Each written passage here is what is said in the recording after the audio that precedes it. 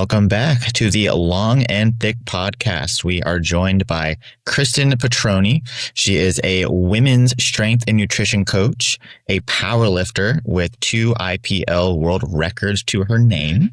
She is a breast cancer survivor as well as a co-host for the Under the Barbell, Over the Bullshit podcast. Kristin, how the hell are you on this fine Sunday? I'm doing great. How are you? So good. You're cruising. Thanks for being here. Lovely to meet you. You too. So getting right into it, can you give us a little bit of background on you, who you are, how you got into the health and fitness space? What did you do prior to arriving here? And what do you attribute getting to present day Kristin Petrony to? Like, give us the story, the arc. The whole thing. All right. So if I go way back, just my whole life, basically, I was an athlete. Like I was always in sports, softball, basketball, like everything. I ran track through high school. And so just being active is just kind of part of who I always have been. However, life happens and, things happen and, you get married, kids, whatever. And I was actually a teacher. I was a middle school math teacher for 18 years, or mostly middle school, between elementary and middle school, but for 18 years. And that's kind of where it all really sort of started. Life gets a little bit sedentary and things. And at some point, I was actually in 2018, you just get to that point where enough is enough. And you just get kind of frustrated with your quality of life or lack thereof and, everything else. And so I started looking for answers and solutions. And unfortunately, a lot of those answers I came across and that I absolutely participated in were a lot of the crazy things that now educated in health and fitness Kristin knows is not the way to go. All of the detoxes and the diet teas and the cleanses and all of it. And meatless Monday. And, I tried literally we love a good alliteration, but my goodness. Yeah. I literally feel like I pretty much did almost everything except like a calorie deficit and weightlifting. And at some point I realized I'm going to have to start exercising. Like I can't keep bypassing this, but I didn't really know what to do. Because I ran track through high school, I was attempting to be a runner as an adult, mainly because I was just always a competitor growing up. I was always in athletics, and 5Ks were something that adults could do and be some kind of competitive because there's not a lot of opportunity for adults too much to do that. And that was a thing. I'm like, okay, we'll do that. And, but I ended up I have two ankles. We all have 2 ankles, but I have 2 screws, 2 screws in my ankle. And, I had to have surgery. And so back up. I was a kid. I had an ankle injury playing softball. They did not treat it properly. Fast forward, I'm over age 30 now, and it got all arthritic and I had a hard time putting weight on it, all the things. So I had to have surgery. They put a couple of screws in there, and I basically eliminated that ankle joint. So I can't go side to side with my ankle. And so how much they were recommending I run really got limited because even though running is, it's a different joint, it just still puts stress on all of that. And so I had to really back down how much running I was doing. And so, that leads to my activity level drops. And of course, other, weight gain and things happen. And so I know I'm fed up at this point. I'm 38. I'm needing to exercise. I have no idea what to do. I can't run. And so I'm like, what do I do? And I just happened to put a Facebook post out and said, hey, I need to exercise. I need, somebody help. Here in Nashville, I was a teacher here in Metro Nashville, and they have a wellness center that teachers can use. And they have, I never did ultimately go there, but I know it's mostly machines and a lot of cardio stuff, of course. But they do have, trainers in there and things that can help and whatever. So I was asking questions about how do I go there? Like, what do I need to take? Whatever. And a friend happened to see it who lives nearby. And she said, hey, I can bring a guest to my gym. I've been going, and this was in the summer. She's like, I've been going 4 or 5 days a week. Why don't you just come with me and you can lift weights with me? And I was like, I don't know about all that, but okay, let's go do it. And so I went and I just followed her program alongside her. And within a couple of weeks, I was pretty much just hooked. I got my own membership there and started following. She would send me the workouts that she was doing. And so I just started following along, and it just really snowballed from there. I was 38 years old. And by the time I was 40, I was competing in my first powerlifting competition. And And then at actually right around the same time, right about 40 also, I want to say, is when I got my personal trainer certification and started to do that on the evenings and weekends while I was teaching. And then COVID happened. And with COVID, a lot of things, schools closed, everything closed. And that's when I learned how to start taking clients online, because we had no other option but to take clients online at that point. And with schools being closed, I was able to put a lot more time and effort into the personal training side of things, everything. My interest, I was able to do a lot more time to do like extra certifications to keep learning, all of that. And that school year started back up and we were virtually teaching. I wasn't actually going to the school. So I got a lot of time back in the form of not driving through Nashville traffic commute. And I was able to take, it was great. And I was able to take clients earlier in the day. So I was adding more clients to my evenings, and it got to a point where I was like, this is what I want to be doing. Like, this is crazy. Why am I putting all this effort into teaching? And very long story short, and when you're a teacher, your retirement does not move state to state. So if you change states, you start over. And I lived in Las Vegas. I taught in Las Vegas for 11 years. So when I moved here, I started at 0. And I was here for That's 7 ridiculous. years. It really is. It truly is. And I just told my husband, I'm not making it to 30 years here. I'm just not. There's no way. Like, all of the issues with the education system aside, it's just, it's exhausting and it's stressful and, all the things. And I found this other passion that I really love. And I said, maybe we just give it a try. Let's just see what happens. The worst that happens is I go back to teaching. They always need teachers. So, why not? And so that summer of 21, I finished in May teaching, and that was it. That summer of 2021, I was officially a full-time business owner, personal trainer, whatever. And I haven't looked back. That's what I've been doing ever since. Wow. Amazing. Yeah. Couple of questions, Kristin. So you said kind of like around the 38th year is when you adopted your friend's program and did that in lockstep with her.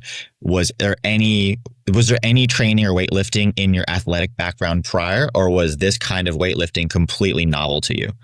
I would say, so when I was in high school, I remember they would take us to the workout. I don't even know what they called it. They're mostly used by the high schoolers. I'm old-ish. And so this was, I graduated in the 1900s. So I graduated in the 1990s. So back then, things are it wasn't like it is now. But I remember going in there maybe a handful of times in all of my 4 years of high school. Once I started in college, I joined a gym, but I pretty much just did the treadmill just because running was just what I knew. Sure. And I would go into the little women's area room and I would do some leg extensions and leg curls. And that was pretty much it. So other than that, when I started with her, doing anything with dumbbells, like free weights in general, not machines, was pretty much brand new, more or less to me. Sweet. Wow. And then... Go ahead. Finish your question because I can piggyback. Fair enough. So then, being that was your impetus to kind of try this on for size on a professional level, being that parlayed into your powerlifting career, was your approach to your clients immediately strength driven, or did you kind of evolve over time as you started getting clients? Yeah, that's a really interesting one because I think for me personally, it was always strength driven. When I felt for myself the kind of confidence that getting strong and lifting weights and adding weight and all of those things gave me, not just in the gym, but just the confidence outside of the gym, everything. You know, I always tell people, like, I don't think I would have ever had the guts or the nerve to quit a teaching career, to jump into something, because if I didn't have some amount of confidence coming from somewhere else, you know, to do that. And so when I realized how great it felt to feel great and strong and whatever, it sort of became my kind of driving mission, I suppose. I wanted other women to feel like this too, because I feel like lifting and everything in general is not, well, I mean, maybe nowadays more so it is, but it's, women, I think women are just afraid of it and they're intimidated by it. And, you know, you get that masculine thing and whatever. And so I've just sort of made it my thing of, I want all women to feel the way I felt. But with that, especially once I switched and started doing this full time and I hired business coaches and whatever, I was always pushed into the weight loss category. Like they just kept wanting me to push weight loss, and it never felt good. It never felt comfortable. You know, I didn't like it. And I always kept trying to find a way to take the messaging that they were wanting me to use and like tweak it to make it work for what I felt good and comfortable with, you know? And, I really struggled for probably about 2 years. I really struggled. Like I ended up doing a lot of things where I talked a lot about metabolism and things like that. And, you know, always about fat loss. And at some point, I think it maybe just kind of got comfortable in my role as a business owner and a personal trainer, not a teacher anymore. You know, I was so new to it that I was just following what they told me to do. And at some point I just got more confident in it. And I was like, you know, this isn't me. This doesn't feel good to me. This doesn't feel comfortable. And that doesn't mean I can't help people with fat loss, but the angle and the avenue that we take to get there, I think is different than some others that you hear out, especially in social media, just constantly pushing weight loss. And it feels better to me, you know, ethically to me. Yeah, which matters immensely. So it's like you're singing a song you don't believe in, even though I can hear you trying to morally sneak in components like, well, if I talk about metabolism and add a strength piece, technically we're still get it. Yeah. So you're finding the workarounds, and now it's like, no, fuck it. We're just going full. Here's what I have to say. This is the reality. My question earlier was, you're talking about your background in various different athletics. And I think sport and nature is just very different to lifting in the cadence, in the peaks, and every aspect, really. It's much more dynamic typically.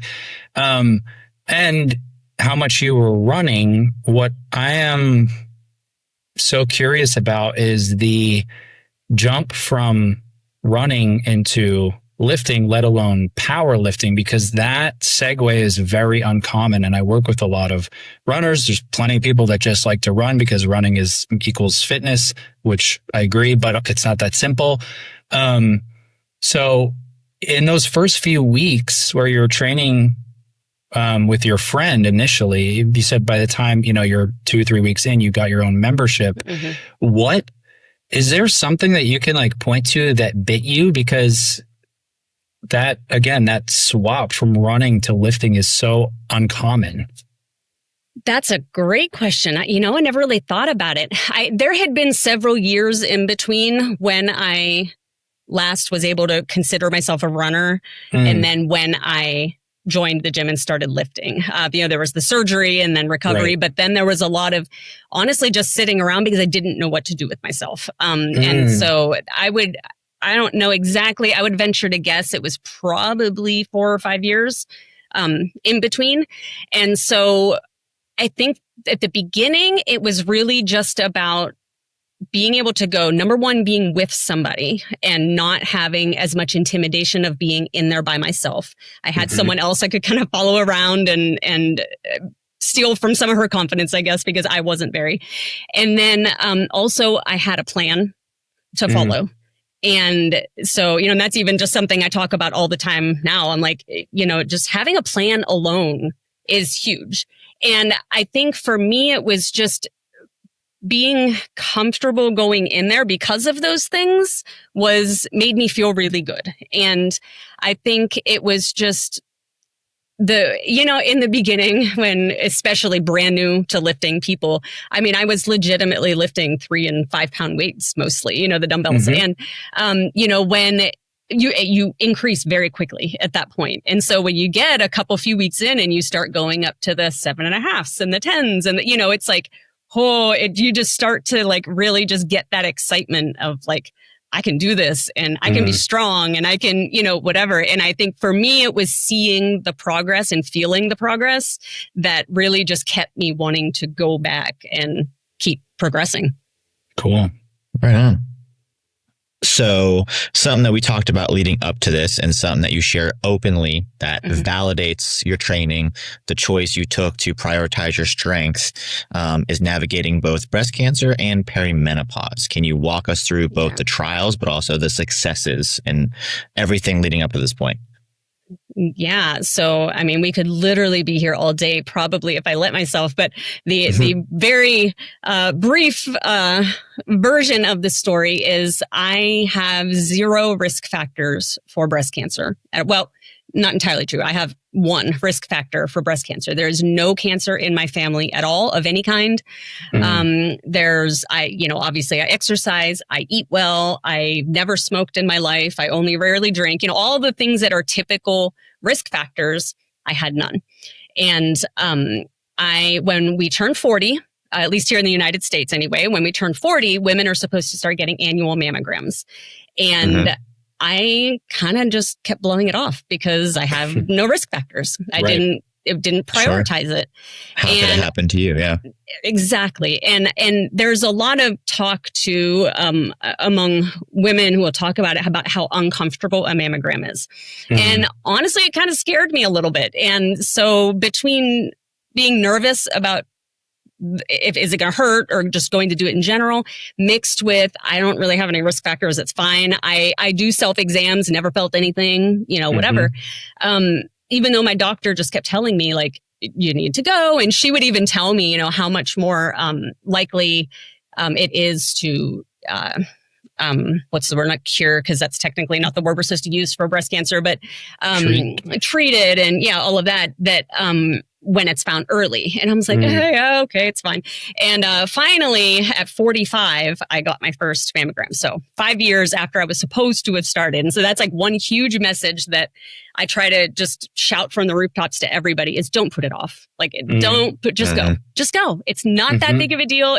Even when I went, I left there and I was like, why did they have me so scared? It was not, it's not comfortable. Nobody likes sticking their boob in this machine and just having it squished, it's not a good time, but it sure beats the alternative. That's for sure. And so I finally went at 45 and the lady was doing my mammogram.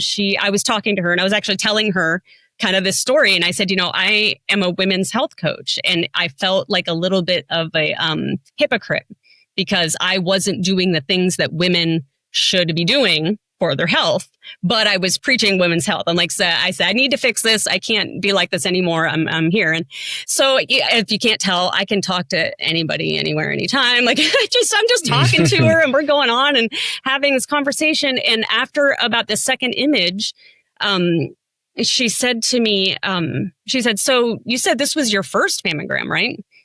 And I said, yeah. And you could just, the vibe shifted, it's like she knew something, but she's not allowed to say anything. That's not her part. And so she did tell me that I will probably get a follow-up letter to get like additional imaging and things done. But she said it was due to having dense tissue, which is very, very common in women. Apparently, especially nowadays, it's even more common for some reason. I don't know the reason than it used to be in the past. And dense tissue makes it harder to detect any tumors or anything. But also it is the one and only risk factor that I had for breast cancer. And so she made it seem like it was no big deal. So this letter comes in the mail. I'm like, oh, yeah, I'll follow up with it. It's fine. Again, just still kind of blowing it off because she kind of made it seem like I was going to get this letter because I have dense tissue. Don't worry about it. And it took me another couple of months before I followed up with my doctor, because the doctor had to then prescribe the follow-up. I couldn't just go like I did the first time. And so I finally went, and then they had me do an ultrasound.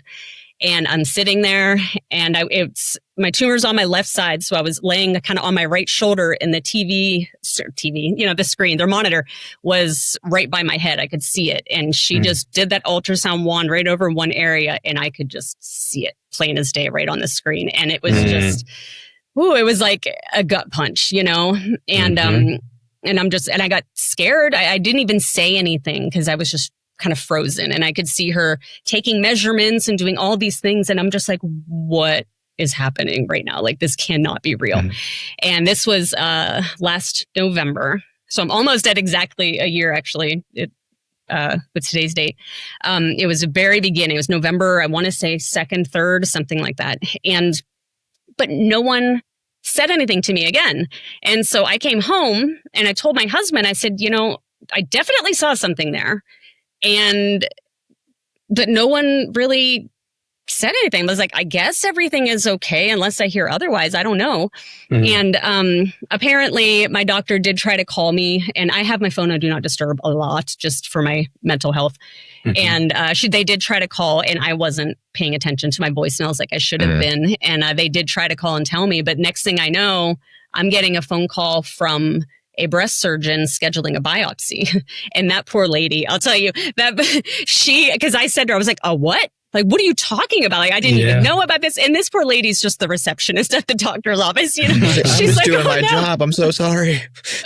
And she turns out she's very, very nice. Like, I ended up getting to know her very well. It's so, anyway, all of that to say, I went, everything was confirmed, whatnot. When I was officially diagnosed, one of the things that this whole process goes through the breast surgeon first before I ever even meet with an oncologist or anything. And so the surgeon is who I was working with, and if she said it once, I swear she said it 5 times. The fact that I lift weights and that I have been lifting, and the fact that my body is strong is going to make my treatment so much easier and my recovery so much easier.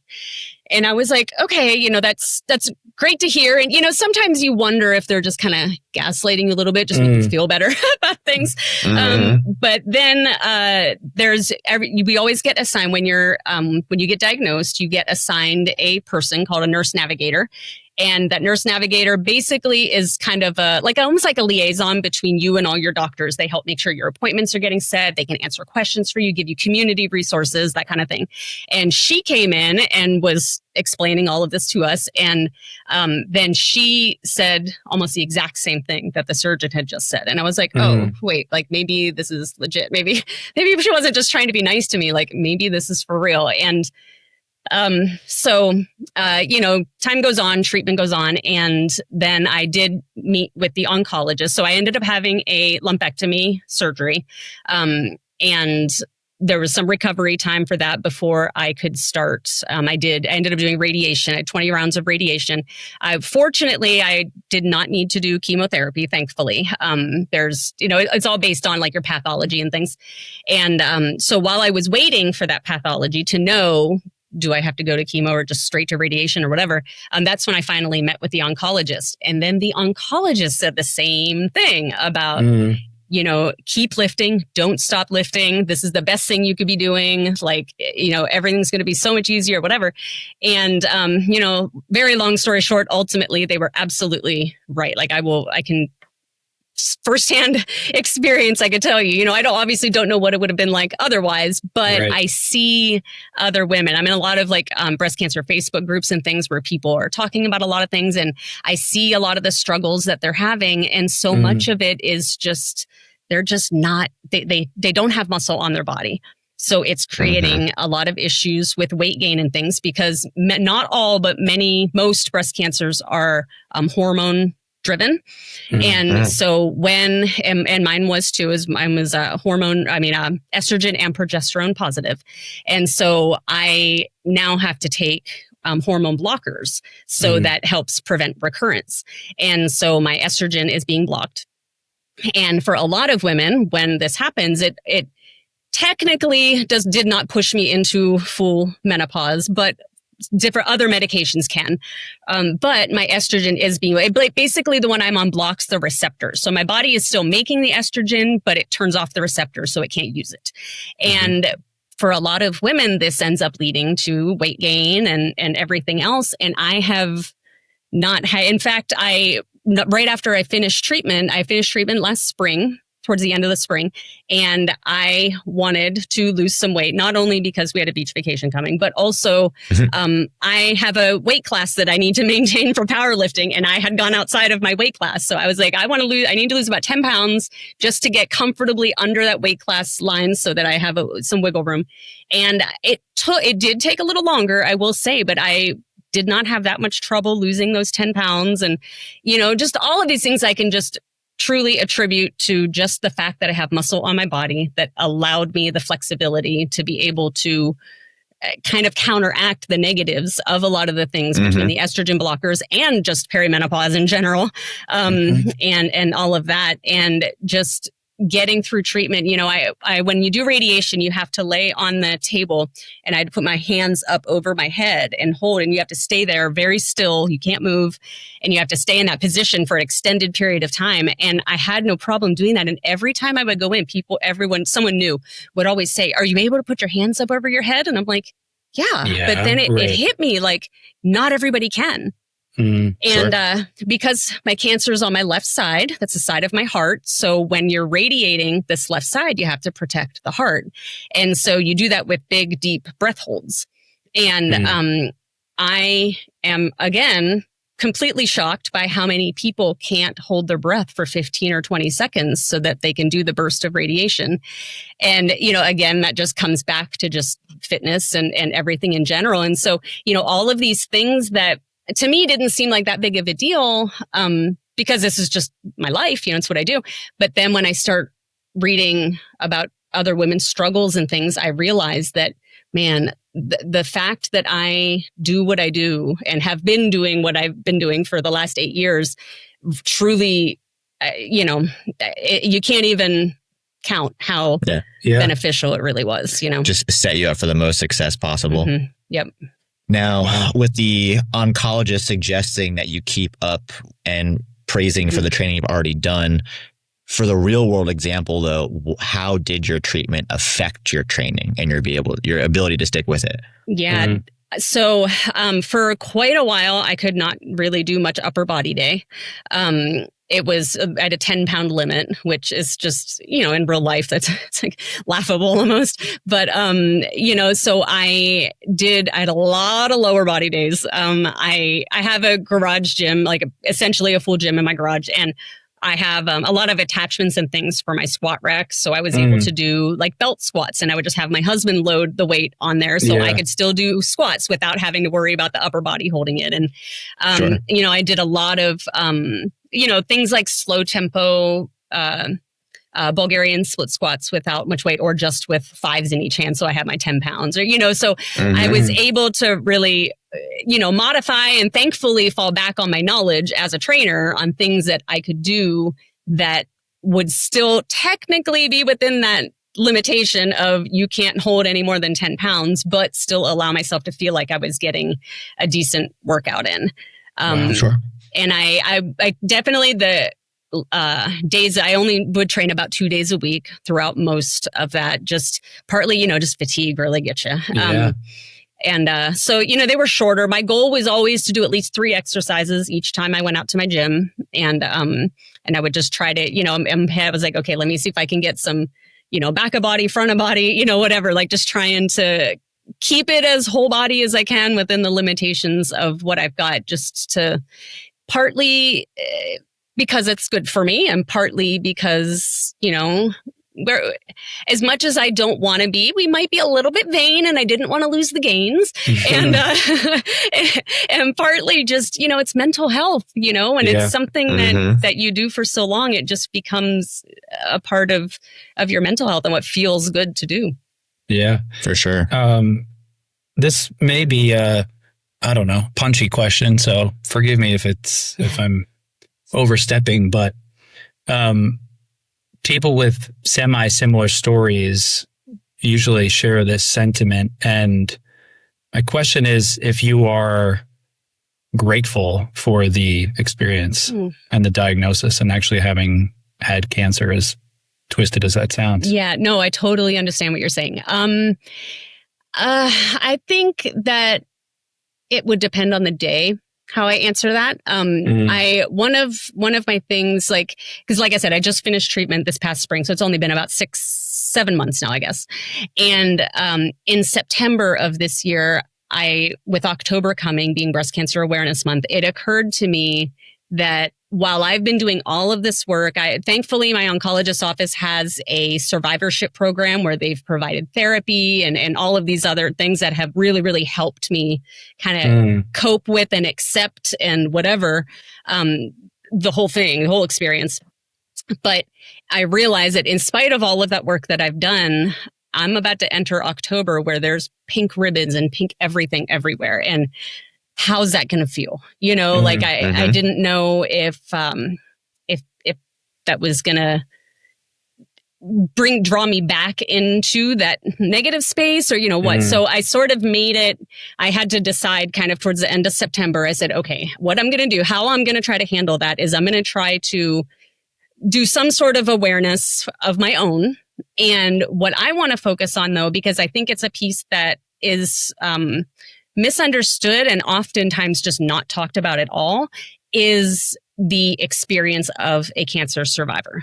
I think that when treatment ends, people just say, oh, you're done. Everything's great.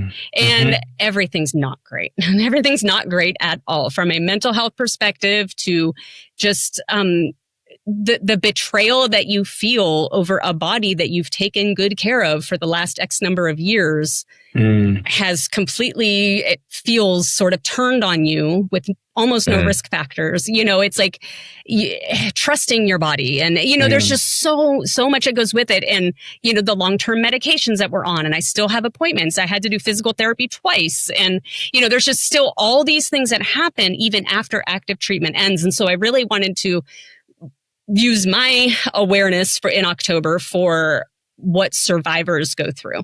And so with all of that said, to answer your question, I feel like, I don't know if grateful or thankful would be the word. I feel like, if I could go back, I would, wish it didn't happen.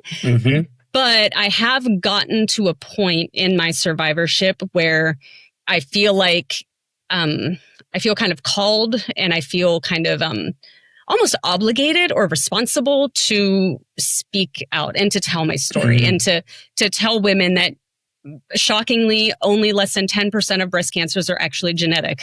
I thought that most breast cancers had family history and only less than 10% do. And, things like that. And just, if I can just encourage women to go get their mammograms and to do whatever, and they do, and they catch something early enough that it can be treated easily, then how could I ask for anything better? I may have potentially helped save somebody's life, Right, and so, while I don't know that I would necessarily say I'm thankful for it, I do, it has definitely changed perspective on a lot of things, including just even how I train women. And to me, and I have to kind of check myself sometimes, because to me, I have this urgency all the time they need to get healthy. They need to get strong. You never know when this unexpected thing might happen, whether it's a diagnosis, whether it's an accident, whether it's a sick family member you have to take care of, whatever. And so for me, there's this huge urgency for it. And for them, without having had the same type of experience, there's not. And so I have to kind of check myself sometimes because I might get a little intense about it. But it has for sure changed my perspective on a lot. Yeah, but it's also, I think you're doing right what you need to do, because most people are ill prepared for these kinds of scenarios, especially physically and mentally too. And unfortunately, people do need the shaking reality check of like, oh, I should have done more. But you should still be screaming it from the rooftops regardless, because someone still might be like, you know what, maybe I'm just going to get ahead of this a little bit. And be just better prepared, because we always have a negative inspiration to do these things, You're like, oh, well, like I'm not happy in the skin that I'm in, or I need to completely change my whole life because you get this really grim diagnosis where you should still be shouting it from the rooftops. You're like, listen, if you can just change a little perception about getting ahead of it, you're going to help someone. But I think that's also a perfect segue to talking about your platform. You pull no punches around the fact that there is predatory marketing around women's confusion and their insecurities. Do you see this getting worse? Do you see it ramping up? Or is there going to be a paradigm shift and we'll potentially see a break in the darkness on the horizon?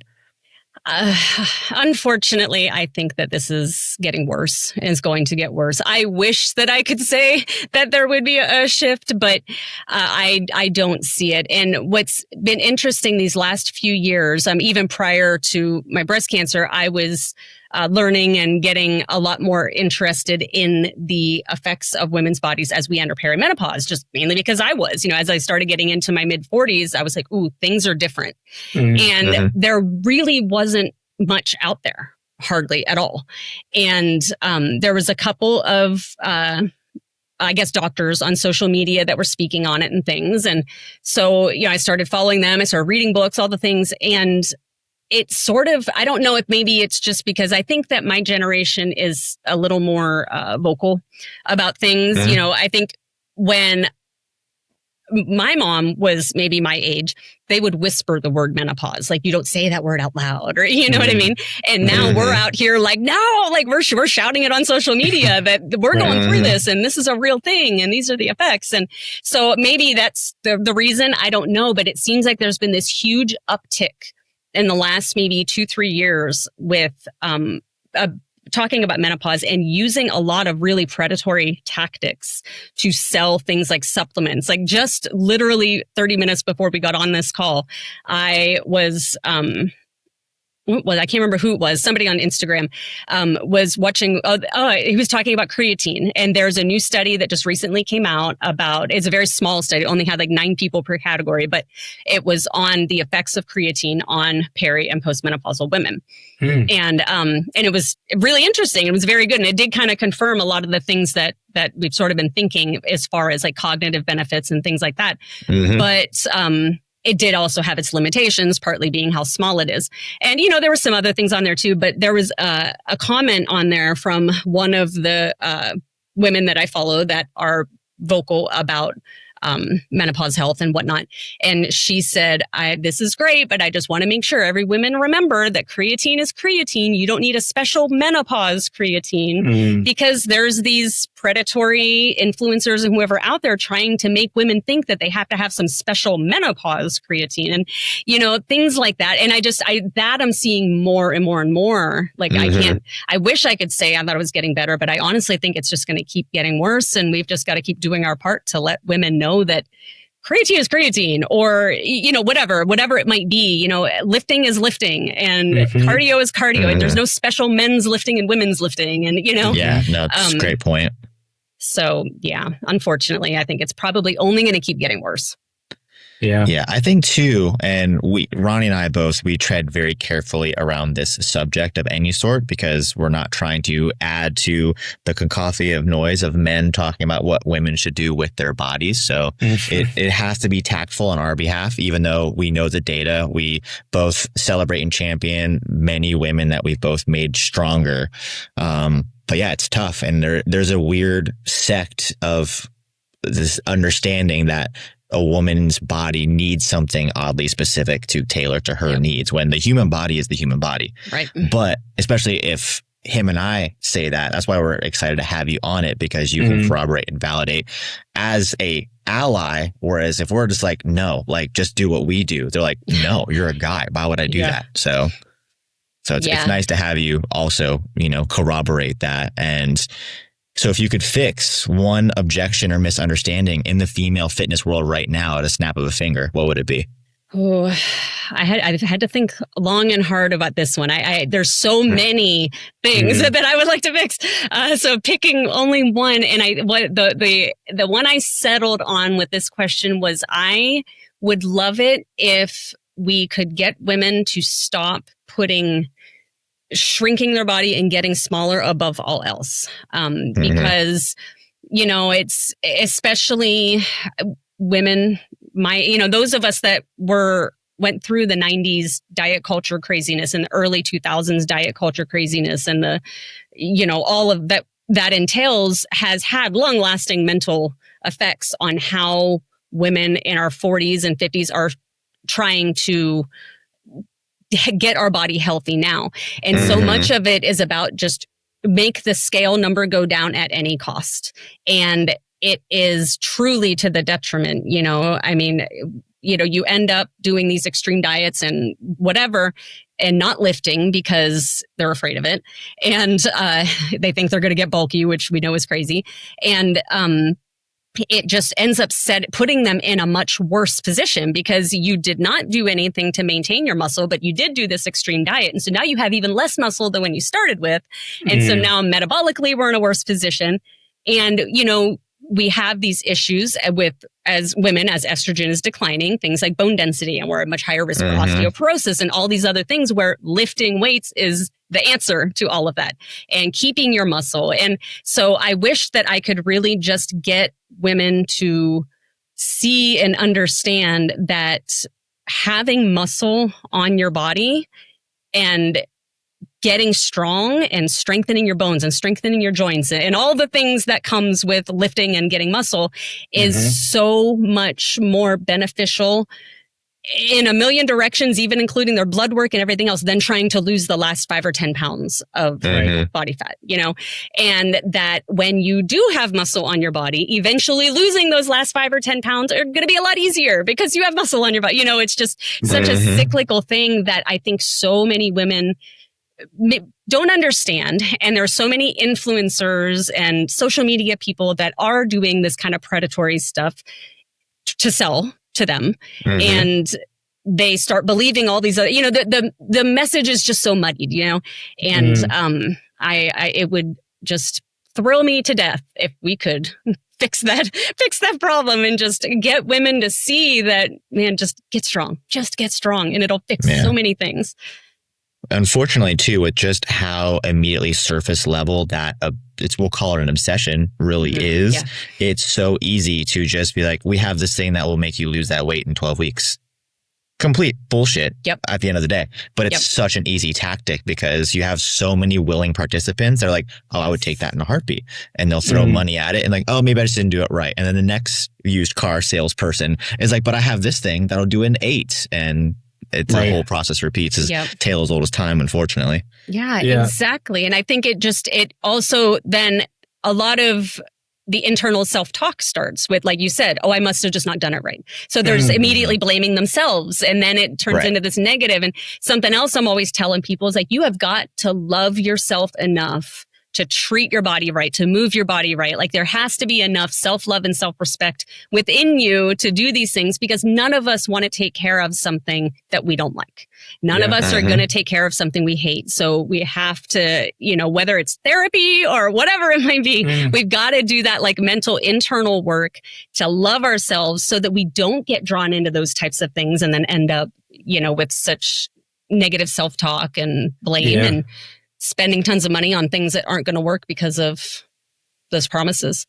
Yeah, I think it's, I just feel so appreciative of the connection here and having you on, honestly, because hearing your story like for the first time, I think just like the potency that it carries and how much more power you have behind any of your suggestions, anything that you're saying in terms of guiding people that you're working with, just has a level of oomph that otherwise is impossible, which is sort of my thought of the grateful in the tactful way, right? Like it puts you in a position where now, like you said, the song that you were told to sing, like to market, to do all the things, to make more money, get more people, blah, blah, blah.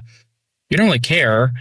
And the amount of people that I see that come through our clinic that are in a similar position demographically, that are in the middle of that struggle that either opt for like a GLP-1, and no shame or anything like that. Like that, I think tools are tools, things can be used, but the way that you're reframing things to zoom out instead of focusing on numbers, talking about the self-appreciation, it is so multifaceted, but again, the ability you have to speak to that is on a level that I am happy that we can do our part in sharing, because I feel like you deserve to have a much bigger podium in terms of sharing the message, because it's so punchy but so digestible, right? There's no like assault like there typically is. And so just word of encouragement that all the stuff that you're getting on after is fucking rad. So happy to be, having you on, and just I hope that this gets the most listens, possible. Yeah. So. Thank you. I appreciate that so much. And, that is something that I actually have considered over these last several months. And when I think about how my coaching has changed and how I don't know that my business itself really changed a lot, because my message has always been like, get strong and, all of that. But I think my, like I said earlier, like my urgency around it, I think is definitely a little bit different. But I have thought, I used to get frustrated because I would hear other people and their kind of marketing, I guess you want to call it, message, and how, they would have some sort of a story. And this story is what brings this credibility to whatever it is that they're saying. And I was always like, I was an overweight 38-year-old mom that didn't want to be overweight anymore. Like, that's not a very exciting story. Even though that's very common and relatable and typical, it's just not that huge, impactful story, that some people have.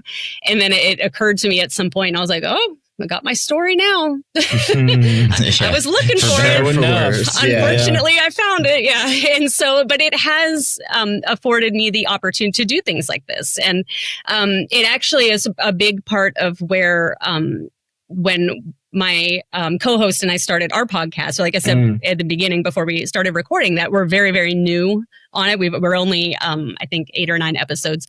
And, but that was really where a lot of it came from, was I just sort of had this realization. And cancer diagnosis and then treatment and then survivorship really brings on a lot of, you get a lot of survivor's guilt and things like that. You end up making connections with other women who may have a much more serious diagnosis. Like, fortunately, mine was I was stage 1. It was very small. It had not spread to lymph nodes or anything. Like, it was caught very early, in spite of me not getting my mammogram for 5 years. So I was thankful, that was great. And it's like, and I didn't end up needing to have chemotherapy. But then, like, you have almost like, I don't know what the term is, but I always call it treatment guilt, because all of the other women that I have made connections with and gotten close with through this journey did need chemotherapy. And so I always kind of had this guilt, like, oh, they're losing their hair, or they're doing all these things. And I did not have to go through that. And, there's just all of these, things that come with it. And along with survivor's guilt, I had a friend from high school just only a few months ago who just recently died of breast cancer. And she and I, like, thank you. And when I was first diagnosed, and I hadn't seen her in many, many years. I'm from Northeast Ohio and I live in Nashville now. So I hadn't seen her in a long time, but through social media, we connected, and, we were both kind of going through the same thing. And so, you do get that kind of thing. And there was a lot of, you ask yourself why a lot. Like, why did this happen to me? Why? Like, it just makes, there is no way to make sense of it, no matter what. But I just had this like revelation at one point when I think I was just in a really good place as far as my business goes and kind of the direction of my business, that I was just feeling really good. And that was right about the same time my co-host and I approached her and I was like, hey, this is the idea I have for this podcast. Let's, do whatever. And she was down, and then we started talking, and things were feeling so positive. And I just like had this moment where, like, I told my husband, like, I'm really not a crier, but like water was just falling out of my eyes. Like, it wasn't like cry, like sobbing cry. Like, I'm just sitting here and I'm like, it just keeps coming. But I just had this like moment of clarity of like, this must be why. Like, you want to find a why for something like that. And maybe this is my why. It's because I was meant to be able to use this story to try and reach more people and to 100%. try and, you know, do all this kind of thing. And who knows who I might save, or even if not, I can at least help navigate the journey if they unfortunately get diagnosed or whatever, you know. And so it really struck me then that, okay, I had to go through this so that maybe other people don't. And so that's why I have such a passion and urgency and whatever to tell everybody I can all about it, because I just feel like this must be why mine was caught early and maybe someone else's wasn't, so that I could have the chance to do this, you know? Yeah. Wow. And God forbid, if it does come someone's way, you can get them aptly prepared, both physically and mentally for it as well. Yes, for sure. Yeah. So awesome. Speaking of your continued story at that, 2 IPL world records, pretty sick. Strong. Yeah. How much of your own training and development is around returning to the powerlifting stage? You know, when I was diagnosed, I was in the middle of training for the Arnold up in Columbus. And I was supposed to be doing the Arnold last year, 2025, this past spring. And obviously that couldn't happen. And I had, you know, all these big goals. Like I'm a small human. I weigh about 118 right now. And my goal that I feel at least anyway, I was pretty well on track. Like I really wanted this 300-pound squat. Like I just wanted it so bad. And to be as old as I am and as small as I am to be able to do that, I'm like, that was just like, I need this. And I was, you know, training was great. And then it all just came to a screeching halt, obviously. And the Arnold thing always just felt like this unclosed loop that I had. You know, there's so many other things that I was able to kind of circle back and fix or correct or finish, but the Arnold is the one that I couldn't. And so as soon as I was done with my first round of physical therapy, I immediately messaged my coach, and thankfully he's amazing. He, all through treatment, allowed me to just kind of pretend to still be a power lifter and whatever within like all of our team groups and all of those things. So I was still able to kind of cheer people on and do the thing. So I still kind of had a foot in it, even though I wasn't really training. And so as soon as I was able to, I was like, okay, like I'm ready, like let's do this. And so I actually have a meet coming up in December. I forget what date, the 8th or the 6th, I think it is actually the 6th. And it's down in Florida, which I love the beach. And so we were like, hey, this is a great excuse to go to the beach. So, so we're going to go do that. That'll be my first one back since all of this. And so, as soon as I could, I got back into training for it. And, you know, and it's not been easy by any means. It definitely lost a lot of strength. Particularly my bench press and my squat, oddly, even though I'm just telling my husband, I was able to do legs throughout. You know, that's the one thing I could keep doing was leg days. But for some reason, my squat is still a little bit on the struggle bus. But, you know, it's just, at this point, I take my wins where I can get it. And my coach, first thing he said to me was, it doesn't matter. Anything prior to cancer doesn't matter. Everything's a PR now. So I'm able to like kind of, even though I'm not back to the weights where I was previously, like just this yesterday, I got a new 1 rep max on my squat, even though it was supposed to be 2, and I only got 1 of the 2. That's okay. It was still a new 1 rep max. And so it's like, it's still a PR, you know, even though it's not what I want it to be. So it's been, that mentality has been really helpful. And I have signed up to do the Arnold again this spring in this March. So like I'll finally close that loop. And so we'll see. Very cool. Congrats. Mr. Grant, do you want to hit her with the signature? Yes. So you have a day totally unencumbered by all responsibility, free to do any and everything that you please. Where are you going to spend it in the world, and how will you take your coffee? My first instinct is just a beach. Which beach specifically?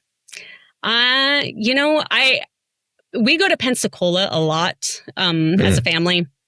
We just, for some reason, really like it there. I'm a real sucker for those white sand beaches and the emerald of the water, the Gulf Coast water, you know. But I really, really, really also like Clearwater Beach. That is, I don't know. That one, probably I would say I might just go find an isolated little beach somewhere in Clearwater where there's not a lot of people around, and honestly just sit. I really like to just sit and do a lot of deep breathing with the waves and things. It just makes me feel so like clarity, and it relaxes me. And, you know, it's, I try to get to the beach at least a couple of times a year, just specifically so I can do that. Sure. So I really think that's what I would do. And then, actually, I don't drink coffee. I know that's, we get a lot of that lately. Weird. Oh, really? Okay. Yeah. Yeah. I don't, unfortunately, a probably lesser healthy alternative is I sure do love some cherry Pepsi Zero. And, so that's probably what I would have, my cherry Pepsi Zero on the beach. Perfect. I would do. That's your day. You can do whatever you please. Yep. Heck yeah. Love it.